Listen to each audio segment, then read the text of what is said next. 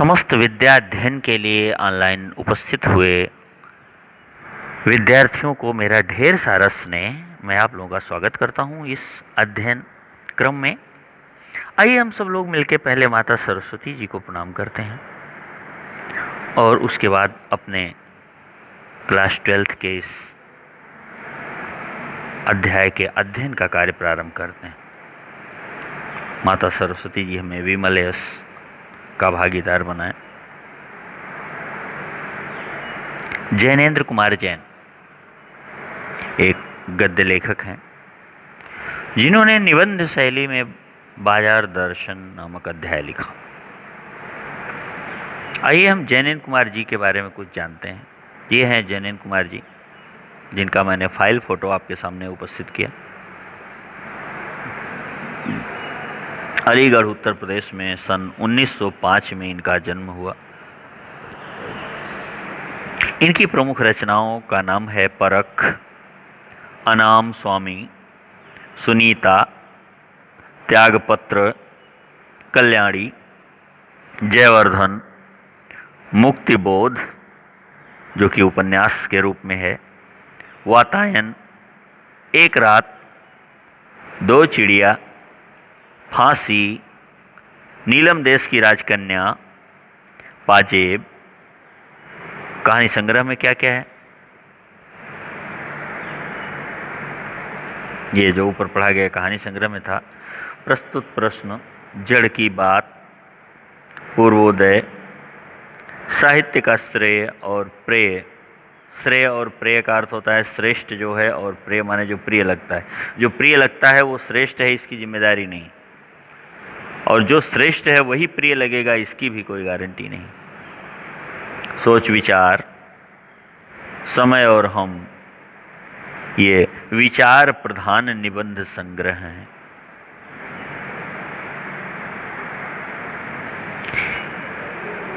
इनको साहित्य अकादमी पुरस्कार मिला, भारत भारती सम्मान मिला, भारत सरकार द्वारा पद्म भूषण से सम्मानित किए गए, और 1990 में ये इस लोक को छोड़ करके, साहित्यिक साधना को छोड़ करके इस लोक से परलोक सिधार गए।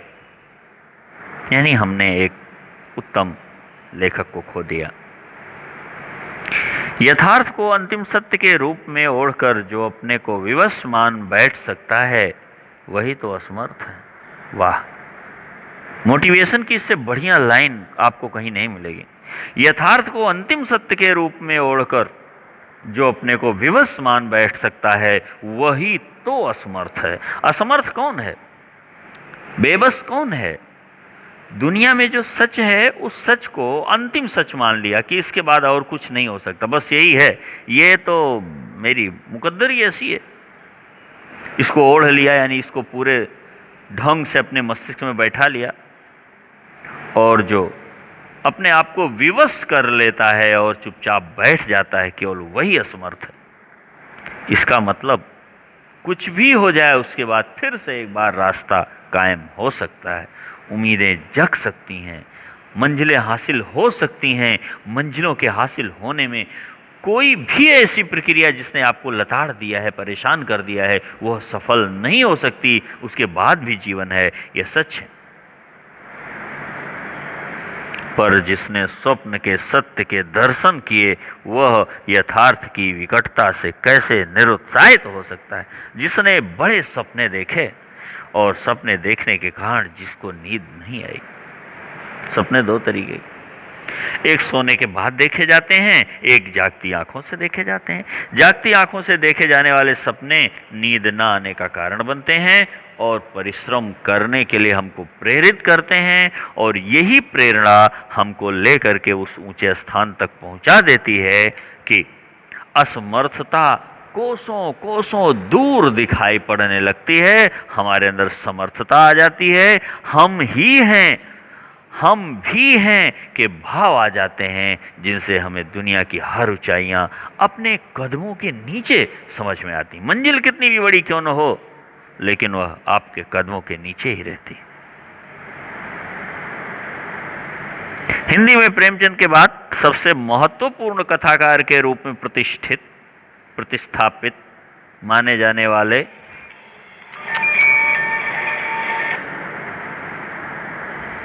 जैनेन्द्र कुमार का अवदान बहुत व्यापक और वैविध्यपूर्ण है।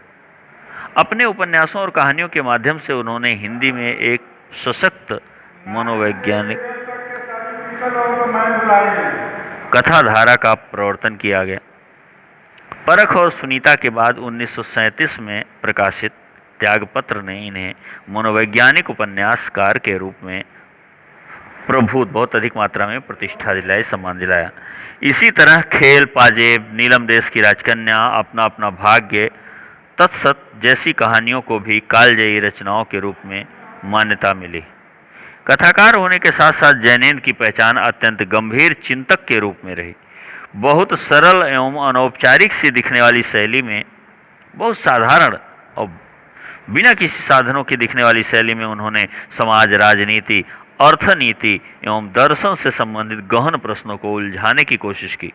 अपनी गांधीवादी चिंतन दृष्टि का जितना सुष्ट यानी व्यवस्थित, अच्छे ढंग से एवं सहज माने आसान सरल तरीके से उपयोग वे जीवन जगत से जुड़े प्रश्नों के संदर्भ में करते हैं, वह अन्यत्र दुर्लभ है। यानी ये अद्वितीय है अपने आप में। इन्होंने जो भी प्रयोग किया, जो भी शब्द और विचार रखे, वो अतुलनीय है।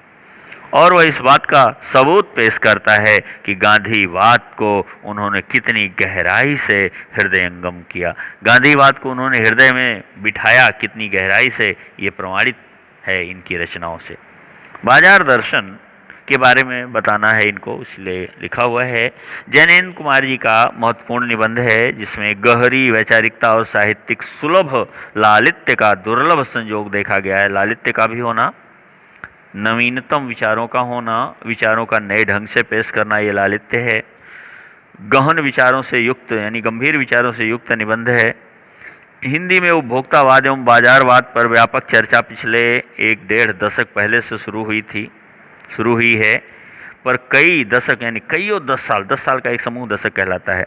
पहले लिखा गया जैनेन्द्र का लेख आज भी इनकी मूल अंतर्वस्तु को समझाने के मामले में बेजोड़।